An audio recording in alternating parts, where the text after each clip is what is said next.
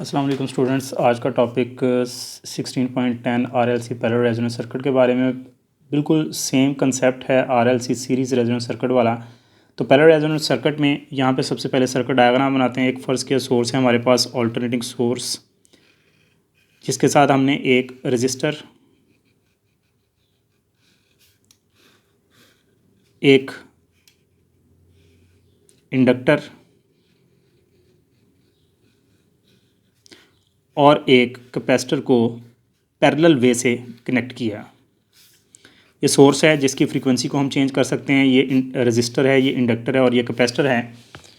We know that inductor draws a leading current, lagging current, यानी इसमें current जो है वो लैग करता है। Whereas capacitor draws a leading current, इसमें करंट हमेशा क्या करता है, लीड करता है। तो ये बात भी ज़हन में रखें कि जब पैरेलल कंपोनेंट्स पैरेलल तरीके से कनेक्ट होते हैं सर्किट में, तो हमेशा सबका पोटेंशियल डिफरेंस जो है वो सेम रहता है, करंट जो है डिवाइड हो जाता है। इसलिए यहाँ पे करंट की बात करेंगे हम। जैसे कि ये सोर्स से करंट आ रहा है, तो जब ये यहाँ पे करंट पहुँचेगा तो ये डिवाइड होगा। इसमें से करंट पास आउट करेगा जिसे आई आर का नेम देंगे, इसमें से करंट गुजरेगा जिसे आई एल का नेम देंगे, यहाँ पे करंट गुजरेगा जिसे आई सी कहेंगे। इनकी जो रेजिस्टेंस है, अपोजिशन है, उसके लिहाज से करंट की वैल्यू जो है वो डिवाइड हो जाएगी। हर कंपोनेंट में से डिफरेंट करंट पास आउट करेगा। तो यहाँ पे करंट के बारे में सारा डिस्कस करने हैं। तो इंडक्टर में लैगिंग करंट और कैपेसिटर में लीडिंग करंट, मतलब यहाँ पे करंट जो है वोल्टेज से लीड कर रहा होता है π/2 यानी 90 डिग्री के एंगल पर, और यहाँ पर जो होता है इंडक्टर में जो करंट है वो लैग करता है हमेशा वोल्टेज से 90 यानी π/2 के फेज डिफरेंस के साथ। तो एट अ पर्टिकुलर फ्रीक्वेंसी, बिल्कुल सेम वही कंसेप्ट है रेजोनेंस फ्रीक्वेंसी जिसको हम कहते हैं। ये प्रीवियस लेक्चर देखें आप लोग, सीरीज रेजोनेंस सर्किट। तो at resonance frequency, resonance frequency यानी FR, इस फ्रीक्वेंसी पर, इस पर्टिकुलर फ्रीक्वेंसी पर reactance of inductor becomes equal to reactance of capacitor. Capacitor और इंडक्टर जो है, इन दोनों की रिएक्टेंस जो है वो इक्वल हो जाती है। फर्दर कंसेप्ट के लिए previous topic RLC series resonance circuit को चेक करें, वहाँ पे ये डिटेल बताई हुई है। तो जब ये दोनों इक्वल होंगी तो इनके इक्वल हो जाने की वजह से ब्रांच करंट्स इक्वल हो जाएंगी, यानी इंडक्टर के अक्रॉस करंट जो फ्लो कर रहा है और जो कैपेसिटर में से करंट फ्लो कर रहा है, वो दोनों करंट्स जो हैं वो इक्वल हो जाएंगे।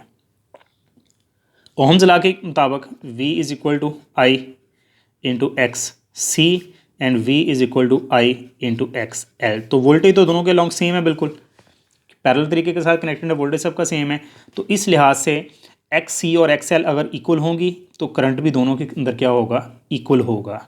तो लिहाजा दोनों ब्रांच करंट्स इक्वल हो गई हैं। इक्वल जब ये हो गई हैं तो अपोजिट ये पहले से ही है। जो इंडक्टर में करंट है वो लैग कर रहा है, जो कैपेसिटर में करंट है वो लीड कर रहा है। तो दोनों एक दूसरे के अपोजिट है। तो इक्वल और अपोजिट होने की वजह से कैंसिल हो जाएंगे। जब ये करंट कैंसिल हो जाएंगे तो the resultant current is very small. Current जो है वो बहुत कम हो जाएगा, सर्किट में से गुजरने वाला बहुत कम करंट हो जाएगा। तो बिल्कुल लास्ट जब हमने पढ़ा वोल्टेज के बारे में और रेजिस्टेंस के बारे में, इम्पीडेंस के बारे में, तो उसी तरह से वही कंसेप्ट है। यहाँ पे करंट जो है वो तीन तरह का फ्लो कर रहा था, IR, IL और IC, तीनों कंपोनेंट्स में से। ये दोनों में से गुजरने वाला करंट जो है ये एक दूसरे को अपोज करने की वजह से ये कैंसिल हो चुका है। इक्वल और अपोजिट होने की वजह से कैंसिल हो चुका है। और सिर्फ करंट कौन सा बचेगा, जो रजिस्टर में से पास कर रहे हैं। और रजिस्टर ऑलरेडी चूंकि ये अपोज करता है करंट को फ्लो करने में, इसलिए करंट काफ़ी कम गुजरता है। तो ओवरऑल जो सर्किट में करंट जो है वो आगे सप्लाई हो रहा है, ये जो सोर्स जो है करंट आगे सर्किट में सप्लाई कर रहा है, ये करंट बहुत ही कम हो जाएगा। तो एट रेजोनेंस पर, यानी रेजोनेंस फ्रीक्वेंसी जो है उसका वही फार्मूला है जो कि पहले हम ड्रा कर चुके हैं, 1/2π√LC। तो इस फ्रीक्वेंसी पर, एट रेजोनेंस फ्रीक्वेंसी लिख देते हैं यहाँ पे। तो इस फ्रीक्वेंसी पर नंबर 1 पैरेलल रेजोनेंस सर्किट में करंट जो है वो क्या होगा, मिनिमम। करंट कम से कम गुजरेगा सर्किट में से। अगर करंट कम से कम गुजरेगा तो इम्पीडेंस, सर्किट की इम्पीडेंस Z जो है वो फिर क्या होगी, maximum by Ohm's law. Ohm's law के मुताबिक Z is equal to V/I होगा। तो वोल्टेज तो सबके लॉन्ग सेम है, वोल्टेज का तो जिक्र नहीं करना। तो करंट जो है वो मिनिमम होने की वजह से Z जो है वो क्या होगा, मैक्सिमम। तीसरी चीज़, चूँकि सिर्फ यहाँ पे कौन सा कंपोनेंट रह गया, R रह गया। वही केस आ गया दोबारा से, कैपेसिटर और इंडक्टर में से करंट फ्लो नहीं कर रहा, अब ओवरऑल करंट किस में से फ्लो कर रहा है, सिर्फ रजिस्टर में से। तो लिहाजा रजिस्टर में वी और आई क्या होते हैं, इन फेज, तो V and I are in phase.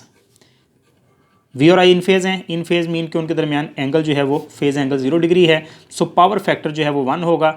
Power factor हमारे पास क्या होता है जी, कॉस थीटा।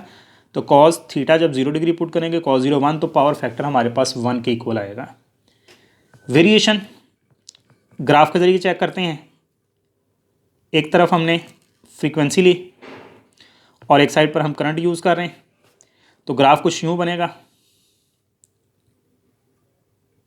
कि ये एक, यहाँ पे करंट जो है इस फ्रीक्वेंसी को हम रेजोनेंस फ्रीक्वेंसी बोलेंगे, और यहाँ पे जो करंट होगा वो आई आर जो है वो कम से कम होगा, मिनिमम, मतलब इससे फ्रीक्वेंसी आगे पीछे होगी तो करंट जो है वो ज़्यादा होगा, लेकिन इस फ्रीक्वेंसी पर करंट क्या होगा, मिनिमम होगा। ग्राफिकली फ्रीक्वेंसी के लिहाज से करंट की वेरिएशन है।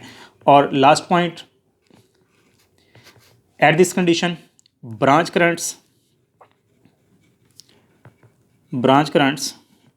आई C and I L may be larger than source current. ये सोर्स करंट से यानी आई आर से क्या हो सकते हैं, ज़्यादा हो सकते हैं। सोर्स करंट यानी रेजिस्टेंस पर जो करंट गुजर रहा है वो आई आर है।